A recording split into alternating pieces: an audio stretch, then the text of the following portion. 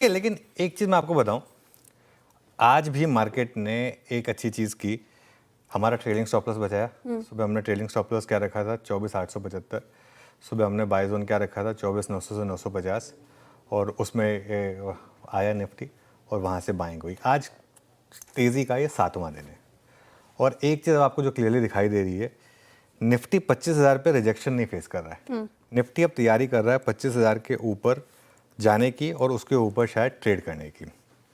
75 rank की छोटी range है, लेकिन फिर भी 25,000 के ऊपर ये टिक रहा है। और चौथे दिन लगातार निफ्टी ने हायर लो बनाया है, और आई थिंक हायर हाई भी है ये, या तो हायर हाई बना देंगे हम, मेरे ख्याल से 25,026 है। आई थिंक कल का हाई मैं आपको बता देता हूँ, कल का हाई था 25,035। तो अगर उसके ऊपर बंद हो जाए तो चांसेस रहेंगे कि शायद उसके ऊपर बंद हो जाए, तो एक हायर हाई भी बना दें आप। स्ट्रैटेजी सिंपल है, जब तक आप प्रीवियस डे के लो को ना तोड़ें तब तक आप लॉन्ग बने रहें। और जो आप बात कर रहे थे निफ्टी पर, वो सुबह की जो नीति थी वो बिल्कुल सही पड़ी। और आज बैंक निफ्टी खास तौर से देखिए, बैंक निफ्टी में एक व्यू था कि थोड़ी सी आउट परफॉर्मेंस आएगी। आज बस थोड़ा सा मैं आईटी से डिसअपॉइंटेड था। बैंक निफ्टी में भी देखिए, आज सुबह हमने 54,400 की बात की थी कि 54,400 के आसपास एक जोन रहेगा। आईटी में थोड़ा सा गलत पड़े, वो बिल्कुल मैं थोड़ा सा डिसअपॉइंटेड हूँ उससे लेकर। पीएसयू बैंक्स यहाँ पर अच्छे मूव्स हैं, प्राइवेट बैंक यहाँ पर भी अच्छी बैठक है, मतलब अच्छे मूव्स हैं।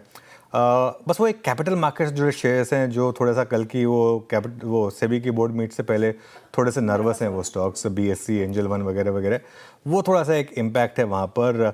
और बाकी सरकारी कंपनियों में भी थोड़ा सा एक्शन है। तो निफ्टी बैंक निफ्टी की बात करेंगे, लेकिन ये ब्रॉडली मार्केट का अब तक का जो टेक्सचर था वो है। बिल्कुल। अच्छा, ऑटो स्पेस पे आपने कहा था कि थोड़ी मुनाफा वसूली देखने को मिलेगी। ऑटो स्पेस आज भी थोड़ा मुनाफा वसूली का शिकार हुआ है, तो आने वाले वक्त में क्या अप्रोच रखें ऑटो स्पेस को लेकर? थोड़ी और यहाँ पे मुनाफा वसूली आने वाले वक्त में देखने को मिल रही है, या फिर अब यहाँ पे थमेगी? और जिन्होंने रैली मिस की पिछले कुछ दिनों की, उनको क्या हिदायत ऑटो स्पेस में?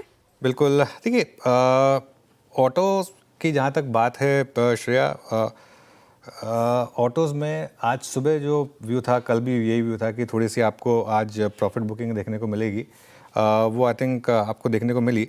लेकिन एक चीज़ मैं इसमें क्लियर करना चाहता हूँ कि अगले 3-4 दिन में वापस ये एक स्पेस होगी जो आपको एक मौका देगी, जो आपको अगर आपने प्रीवियस रैली मिस की है तो वहाँ पर शायद थोड़ा सा री एंट्री का मौका देगी।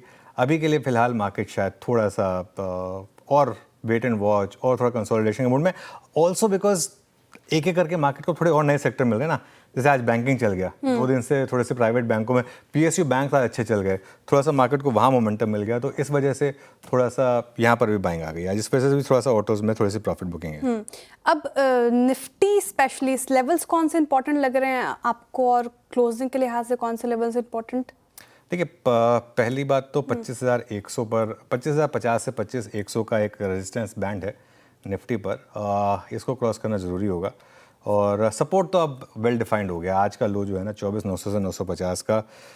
एक चीज़ आपने नोटिस की है, ब्यूटीफुली मार्केट हायर लोज बना रहा है। और वो जो अप्रोच है ना, कि क्यों ये अप्रोच काम करती है श्रेया, प्रीवियस डे के लो को स्टॉप लॉस रखने की, क्योंकि इससे ये होता है कि आपको पता होता है कि एक वेल डिफाइंड सिस्टम में स्टॉप है।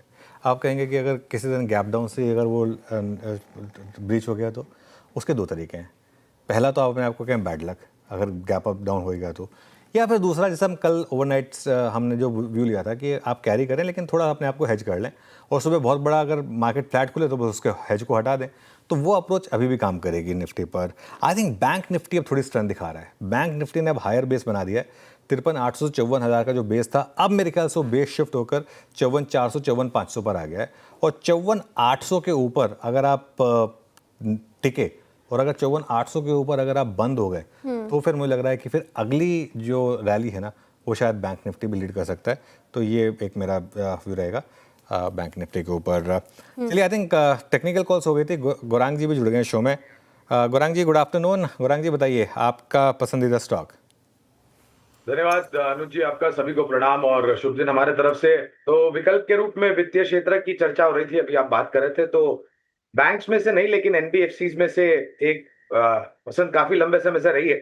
छोटा डिस्क्लोजर देना अनिवार्य होगा कि जो भी राय आपके समक्ष रखेंगे निवेश लायक की हमारी रिसर्च टीम की तरफ से। इसमें हमारी कंपनी जियोजेट अथवा मेरा कोई निजी निवेश नहीं है, ना ही किसी प्रकार का वित्तीय लाभ हमें मिलता है। तो ना ही किसी प्रकार का कॉन्फ्लिक्ट ऑफ इंटरेस्ट, लेकिन इसी स्तर पर आए हमारे क्लाइंट्स को देते, हो सकता है उनका निवेश हो। तो श्रीराम फाइनेंस अनुज भाई काफी लंबे समय से खरीदारी की राय रही है, और जिस प्रकार से पहली तिमाही के नतीजे रहे थे और जो घोषणाएं इन्होंने की है, हमें लग रहा है कि आने वाले सालों में इनका कारोबार जो है, लोन बुक जो है खास करके, वो बेहतर तरीके से बढ़ेगी। लक्ष्यांक के रूप में, अनुमानित लक्ष्यांक मैं आपको बता सकता हूं, करीबन 750 के आसपास के लक्ष्यांक।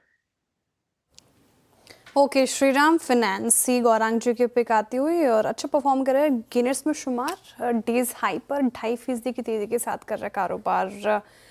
थोड़ी देर में बात करेंगे और डिटेल में समझेंगे कि बीएसई और एंजल वन आके टूट क्यों रहे हैं और लूजर्स में शुमार है। लेकिन उससे पहले कुछ और स्टॉक्स देख लेते हैं जहां पर अच्छी खासी तेज़ी हमें देखने को मिल रही है। औरो फार्मा देखिए टॉप गिनर्स में शुमार, 5% से ज़्यादा की तेज़ी आज के सेशन में हमें देखने को मिली। पूरा फार्मा स्पेस इनफैक्ट मजबूती के साथ कर रहा है कारोबार। जेंटिवा वाली जो डील थी उससे पीछे हटी औरो फार्मा, ये खबर थी, और उसके बाद ये कहीं ना कहीं स्ट्रीट को अच्छी लगी है। इन स्तरों पर बड़ा रिलीफ है, बड़ा रिलीफ है ये श्रेया एक्चुअली। जो सुबह मतलब पहले एक बार जब स्टॉक गिरा था, आई थिंक एक्चुअली उस दिन स्टॉक गिरना था वो तो तय था, क्योंकि जब आप इतना बड़ा एक्विजिशन करने जाते हैं तो मार्केट को कभी पसंद नहीं आता। देखिए क्या होता है ना, कई बार हो सकता है कि वो एक्विजिशन जो आप ले रही कंपनी उसके लिए अच्छा हो, ये पॉसिबिलिटी है, लेकिन मार्केट को नहीं पसंद आना था, इसके लिए वो स्टॉक गिरा था। लेकिन अब एक राहत की सांस है। प्लस क्या होता है ना, अभी वापस फार्मा में थोड़ी सी बाइंग आ गई है। देखिए अब क्या, जैसे कल ओरेकल क्यों इतना चल गया था, क्योंकि कल आईटी में वैसे भी बाइंग थी, आज इसलिए भी थोड़ा सा चल गया क्योंकि आज वैसे ही थोड़ा फार्मा में एक फ्लेवर वापस लौटा है, इस वजह से थोड़ा सा चल गया। लेकिन शानदार मूव्स हैं। आई थिंक आप टेक्निक